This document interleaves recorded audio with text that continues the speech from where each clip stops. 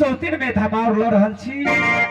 हो चले यार भेल किसे पहले कहो बोल के हां धना फटा धना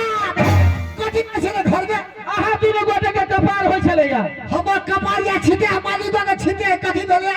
धमा धम फटा फट उठे हो चले यार जय सौतीन के सती सतबाती माने छलिए ना हां जकरा हमरा से चोरा के ई मोटका मर्दवा के सिरहा दे जाय छले बैंक में ऑफिस करे लागी हां आ वो बैंक में से जब 5 बजे छुट्टी होय छले ना तो सिरहा से जब घर आवे छले या ना रास्ता में पड़े है भलवाही चौक ओई भलवाही चौक पर हमरा से चोरा के निकल फुला मोटका मर्दवा मंचूरियन चाउमीन बना के लाइव के दे छले या सब समतोला अंगूरिया नार के कोनो गिनती में रखले छले मात्र बाबा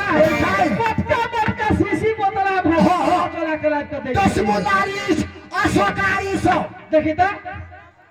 बच्चा होय से पहले पीबे 10 मुलारी 10 मुलारी से असोकारी बच्चा हो सकेला पहले पीवे चला पर पीने रहते तो बच्चा होय में ताकत रहते ये नहीं भेले यार बोल के हां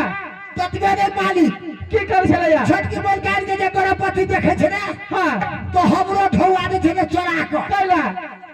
हमरो चोरा के ढौआ दे छै ना हां आ सिरहा से भलवाही हाट से हां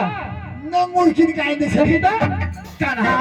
तोरा अंगूर कहै छली लबै के लेल कि लंगूर व्याकरिक वाले रहे तो ओकरा लोग अंगूर कहैया अंगूर हां सार हमरा नंगुर कहा जाए हे ब्याही कमला बेटी भेल की से पहले जवाब दिया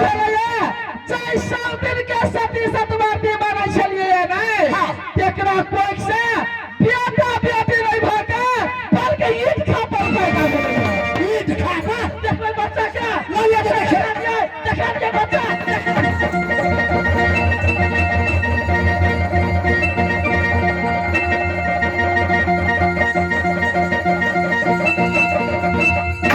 बच्चा के उठा के पड़े तो चोरी होते बच्चा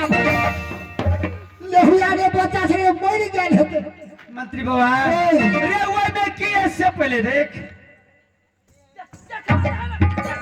माता के कुत्ता माने दहना कोरा में खेलौता महाराज महाराज ईट खा हे सती कलवंती आहा के ओद से लड़का भेल की लड़की सही सही जवाब दिया झूठ नहीं बाज का एकदम सही सही न था न झूठ बाजू न सांस ल जाओ सही सही जवाब के सवाल मालिक के दो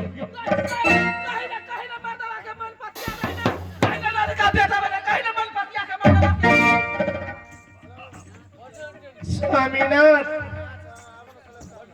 हाँ हमरा ओद सही खबर मिली सही नहीं खा पर ये खा बोल तो ने सारा बुआ गई तेरा लजिया